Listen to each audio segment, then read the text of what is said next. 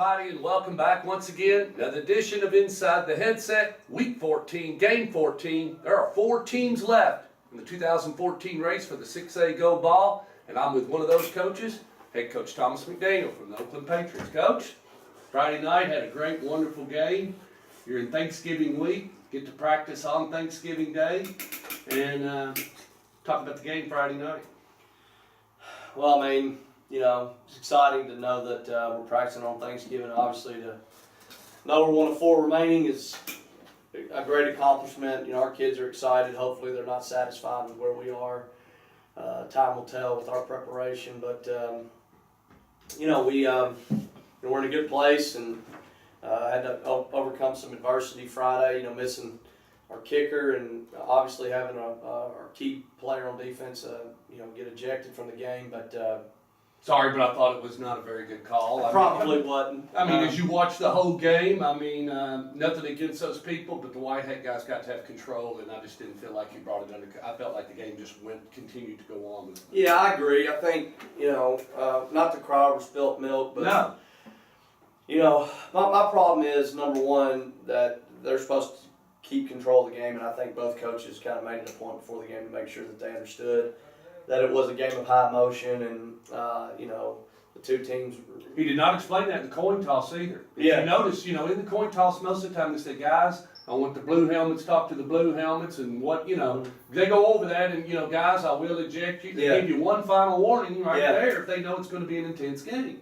Yeah, again, it's all judgment based, but I just didn't feel like they had great control early. I don't know if it was that they didn't understand the severity of the situation or the high emotion or whatever. It's not to condone anything that anybody did, but I've been in other situations this year in games that got very heated and had crews that did a great job of keeping us informed and communicating with both captains and the coaches and giving kids an opportunity to get settled down, and just didn't feel like it was warranted. And really, to be honest with you, based off the way they acted during the game, talk about the officials, I feel like they knew they overreacted on the second sportsmanlike on Prather and allowed other things to occur that probably shouldn't have occurred. But anyway, it's irrelevant now. I think the thing that concerns me most is I don't like the fact that you have to have a different association. I understand when you're playing somebody out of league in the playoffs, there needs to be a neutral association, but in that game, when you get back to a quarterfinal game, or for that matter, even a second round game, why not use the associations that are used to calling those games? I don't know what anybody else is used to, but our association is used to calling our games. They're used to dealing with our players. They understand the magnitude of those types of games, and I felt like it would have been a better situation for everybody involved had they been absolutely in charge. And then the other thing is, I think it's a flaw in the system is that the association and the TSBA don't have any real connection on the ejection, so there really is no such thing as an appeal process. There's not. It really doesn't exist. Call stands, called is like a card played is a card laid. So you can have all the video evidence you want. I think the video evidence speaks for itself that the ejection was an overreaction and should not have occurred. But because of that, not to say that the player wasn't wrong, but because of an overreaction or an ill decision at that time, a kid's going to be ejected. And really, to be honest, I think another flaw in that rule is that you should be ejected for 4 quarters, and he gets ejected within the first 3 minutes, and because of it, he gets to miss 2 football games. Now, had he punched someone or thrown somebody's helmet or kicked somebody, we wouldn't be talking about it. Right, but in this case, with what the circumstances were, he missed 2 games for shoving somebody after the whistle. After he'd been shoved. After he was shoved a little bit. So, I understand the TSBA is trying to, protect the integrity of the game and really has to stress sportsmanship, and I agree with all that wholeheartedly. But I think at the end of the day, we're all in it for the thing that matters most, and that's the kids. And in this case, the kid was punished for 2 games over what could be considered an inappropriate call to begin with. So that is what it is. But I'm just really proud of our kids. I can't say enough about how our whole team rallied the troops, so to speak, and I really didn't think they let that situation phase them at all. I thought we handled it about as well as you can't. What else could you do at that time? We couldn't have asked for our kids to handle it any better. I thought Josh Smith did a great job of controlling our defense and keeping them in tune to what was important, which is playing the game. I think he did a great job of getting Dexter comfortable and building his confidence up. We missed an extra point. We lost our kicker to a broken foot. That's not good. We knew that last weekend, and it's not anything we talked about, but we knew that was going to be an issue, and we missed the extra point right before half, and that was pretty devastating because you knew it was going to be a tight ball game. Need every one of them. And I thought our kids handled that really well. I thought they did an excellent job with that as well, I think. And I thought that could have come into play later on. Oh, absolutely. And it most definitely could have come into play. But that being said, I can't say enough about the way our kids responded. I thought, we did the things that we needed to do. We rallied after that first series, to give them 45 yards in penalties and to fight the way we did on the first drive on that opening score. I think it speaks a lot of where we are mentally as a football team. And then, I thought for the most part, the rest of the game kept our emotions in check. Now, that's not to say we didn't do anything stupid, because we did. But for the most part, we were able to, contain our emotions and play the game and not let the magnitude of the situation get the best of us. And, we found a way to win. That's the bottom line. Whether it's pretty or ugly. We made a couple big plays. Obviously, Oliver made a big play before half. We made, the goal line stand, which was huge. I'm sure we'll talk about it. But the goal line stand was huge. The 2-point conversion was big. But I thought we did a great job in the second and third quarter of holding on to the football and eating up clock, playing field position There in the game. third quarter, you had for almost 6-7 minutes. Yeah, at one point. but I think there's just a lot of hidden things within the game.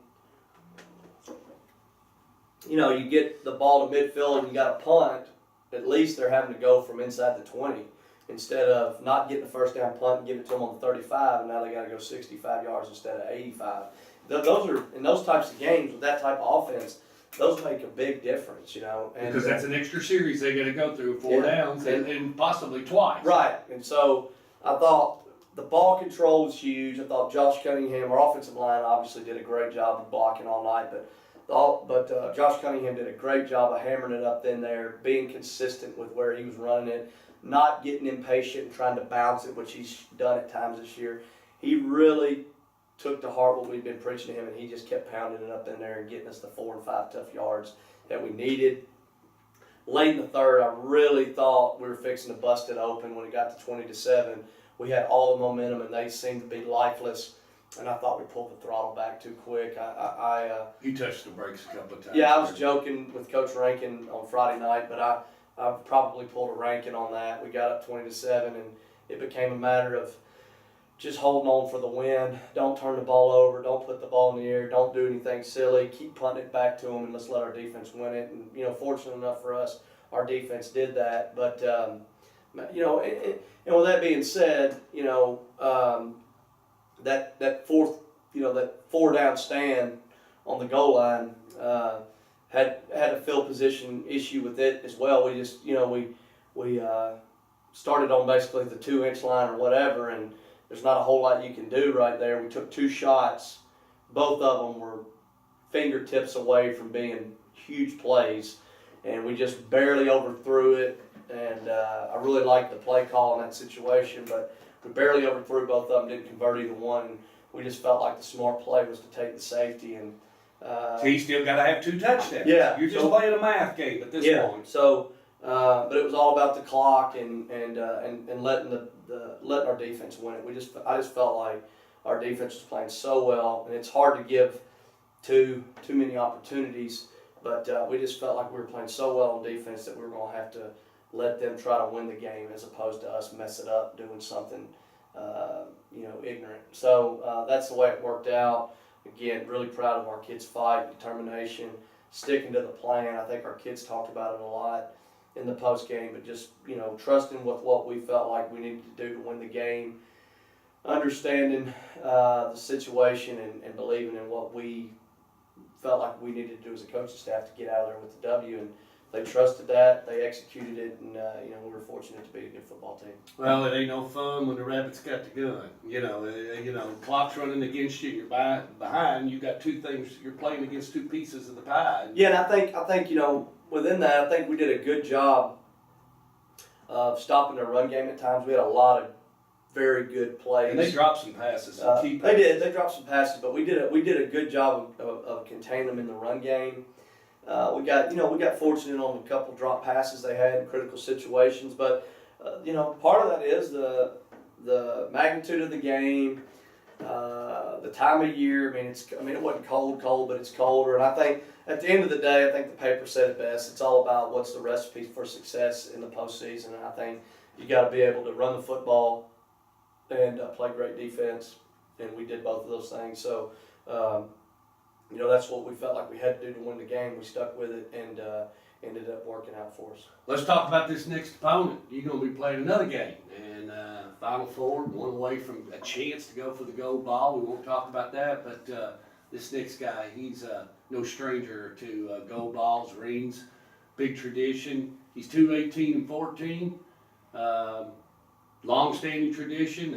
They always have come out and scored out of that side. 2-18-14, huh? 2-18-14, if my math is right.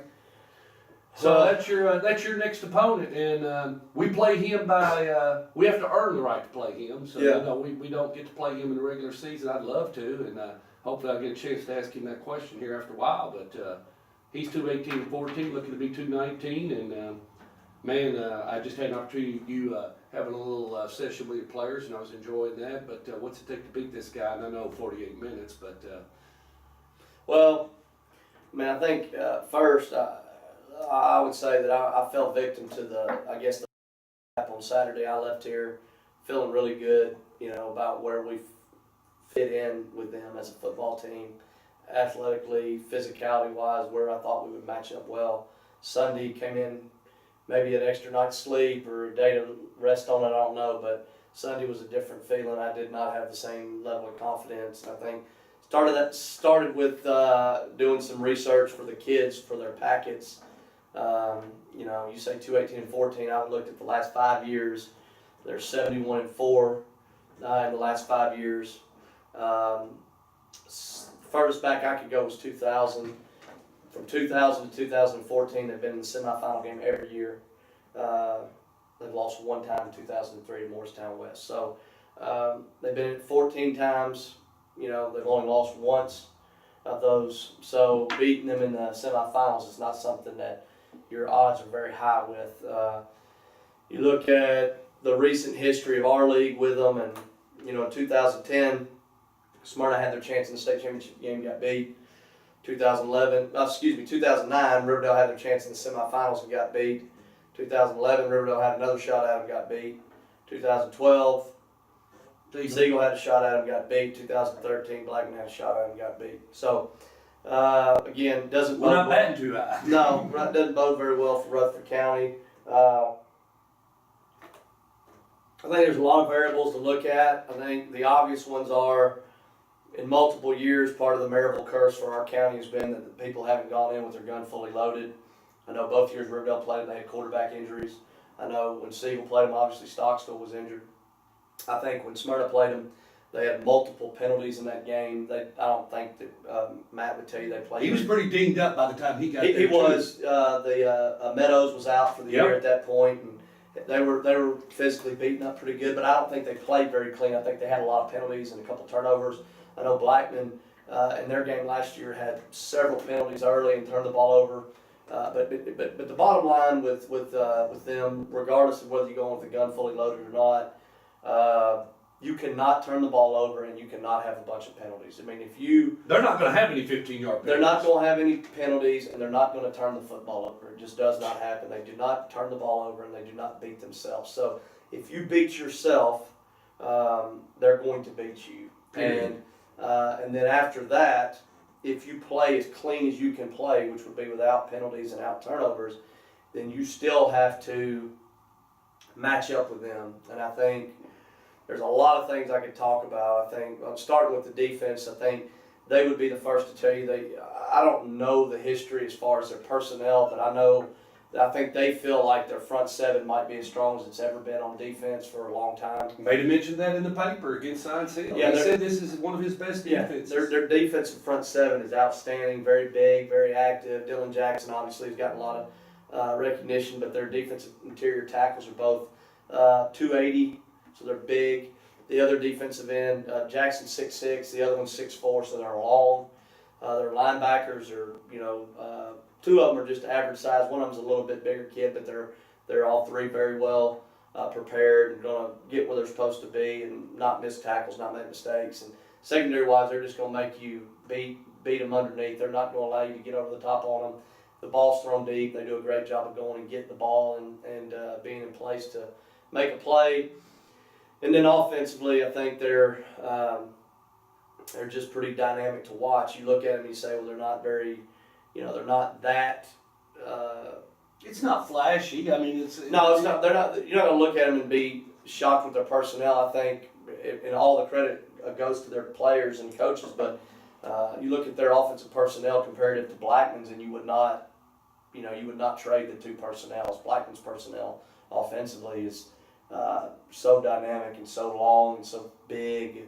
They're like a small college team. Maribel's got a good sized front. They're not as big as Blackman.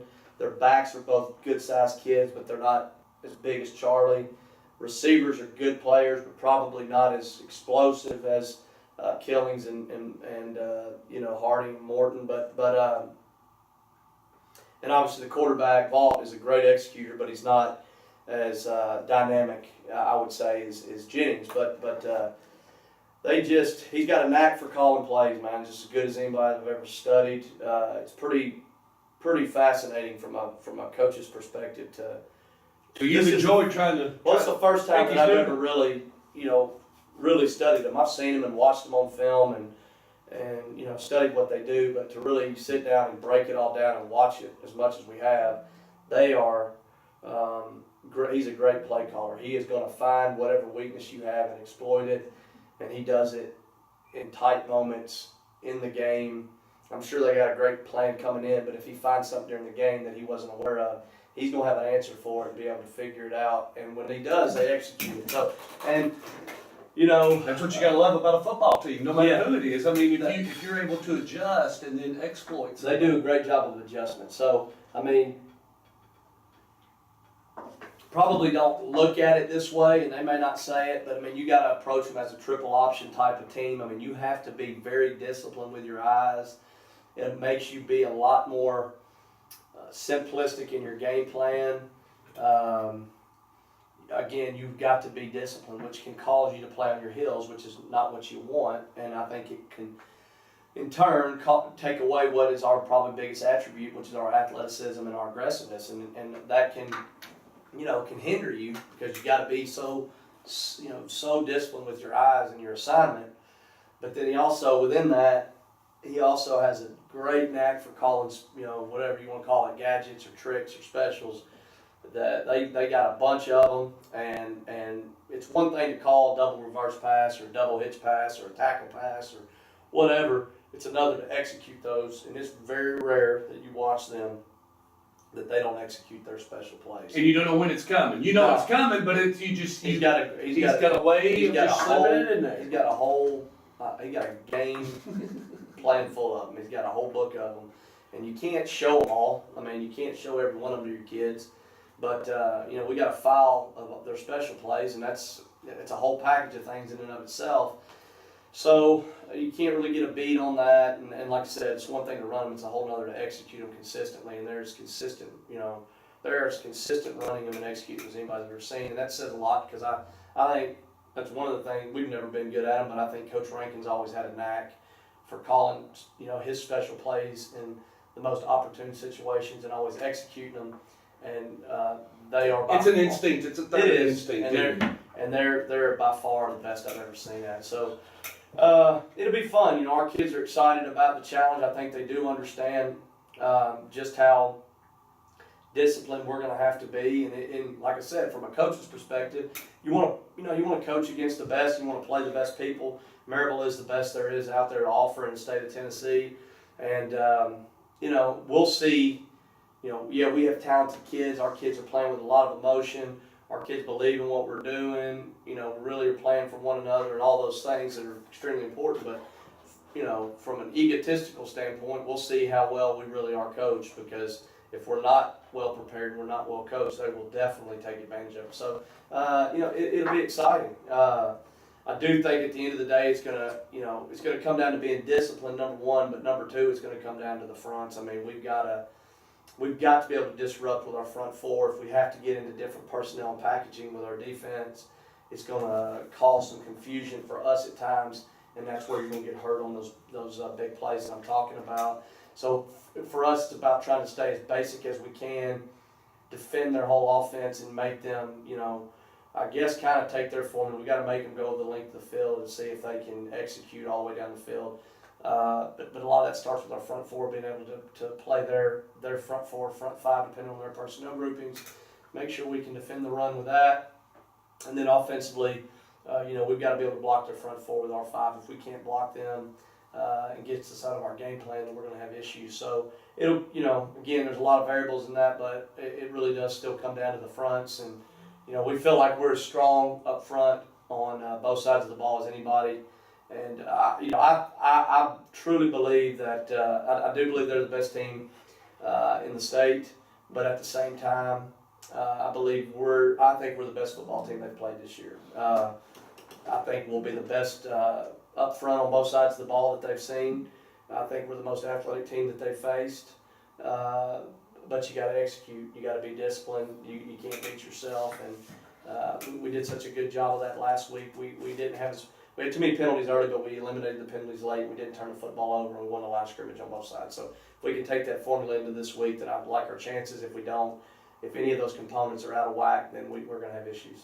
Talk to us a little bit about logistically what you'll do the rest of the week, and of course about how school will let out, and then the kids will practice, and what'll go on Thanksgiving Day, and then leading up to Friday, kind of what will you do Friday?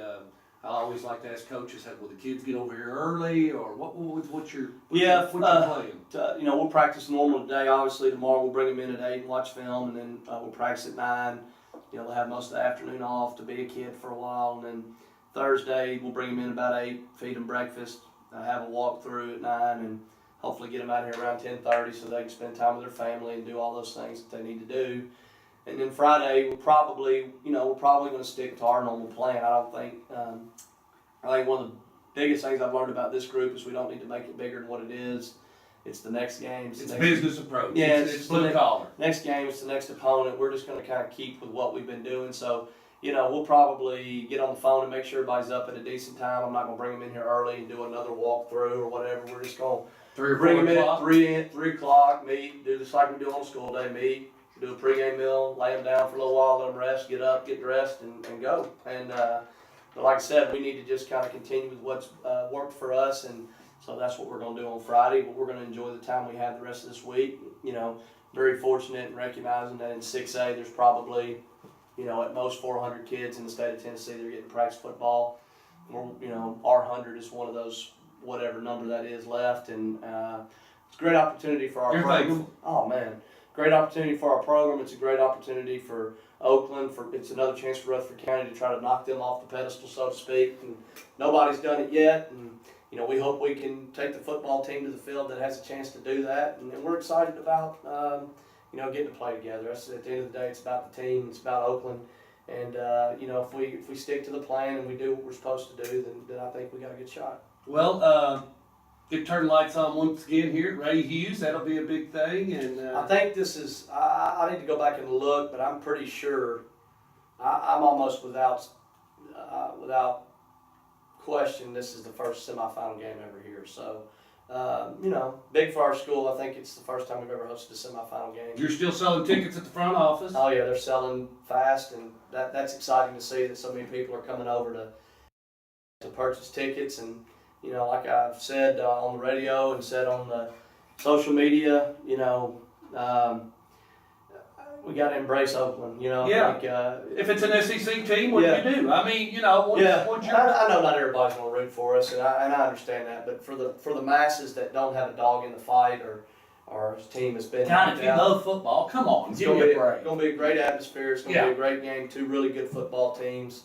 But hopefully they'll come out and support us and at least come out and watch a great game. It's going to be on TV again, so the people. Thanks for doing that. You know, Appreciate you the- allowing that. The people that I don't mind it. the people that do you mind it? No, I don't mind. Oh, It gets a little bit.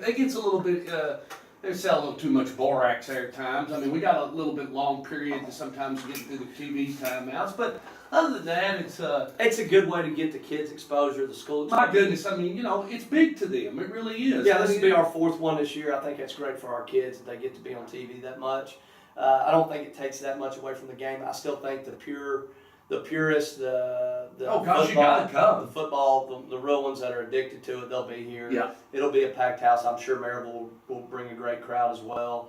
And Gates open at 5. gates open at 5, but yeah, it's going to be it's awesome. I mean, I'm excited to be able to have this challenge for our program and to see, like I said, when you build your program up, you want to see where you stack up against all the best, and they are the best. I mean, there is no doubt about it. That's the best program in the state. Really, to be honest, at any level right now, they are at the top of the pecking order. Yep, and to get that opportunity is something that we can't take for granted, and hopefully we'll just relish it and have fun and be excited, and I know our kids will. I know they're jacked up, and I think they recognize just how special the opportunity is, and there's 4 left. Yep. You got to lay it out there at this point, and whatever happens, but go out and fight for your school and fight for your teammates, and I'm sure we'll do that. Last but not least, I got to kind of poke a little fun. Something that happened Friday night. There was a play in the third quarter, and your father was on the sideline and took a bad hit, but just kind of share with the fans a little bit about what went on afterwards, because you're trying to coach a football game, and I'll kind of shut up and let you. Well, I thought it was kind of funny. It's like everything else. I think Krager made the comment on social media that he couldn't wait to read all the stories that were going to be posted from all the media that was on the sidelines Friday. Of course, you look down on both sidelines, and it's shoulder to shoulder as far as the eye can see. But my dad is no different than a lot of people. They want to get an up-close view of the game. Absolutely. He wants to be there with you. Yeah, and he shouldn't be down there. He can't move very well, but this is the second time in 2 years he's about got taken out. I think this time he did get taken out. Oh, he did? And he got rolled up pretty good. Could have been a lot worse than it was, and had somebody, I don't even know, in the moment of the game, I wasn't paying attention, but I had somebody come up and say, hey, in my ear, your dad just got rolled up, and I asked, is he in the hospital? And they said, no, he's still on the sideline, and my response was, well, then I don't care, leave me alone, so, that's the risk he takes, and Deal with that later. if he wants to be down there and be sore for the next month because he gets taken out by Josh Cunningham, then that's his choice. But anyway, it was a funny moment. Thanks for sharing. We've watched it probably 100 times over and laughed at his. Oh, his legs went right out from underneath of him. He's not the picture of health, so to speak. So when he fell, I mean, it was a sight to be seen. But it was funny. Thankfully, he's okay, and hopefully he'll just get back a little bit more and pay attention. To Little pride hurt. Yeah, that's all. All right. Friday night, right here at Ray Hughes Stadium. You won't want to miss it. It'll be the one that gets to go to Cookville. One will come out, and we're in the Final Four. 7 o'clock. Maryville Red Rebels and Oakland Patriots. Y'all be here.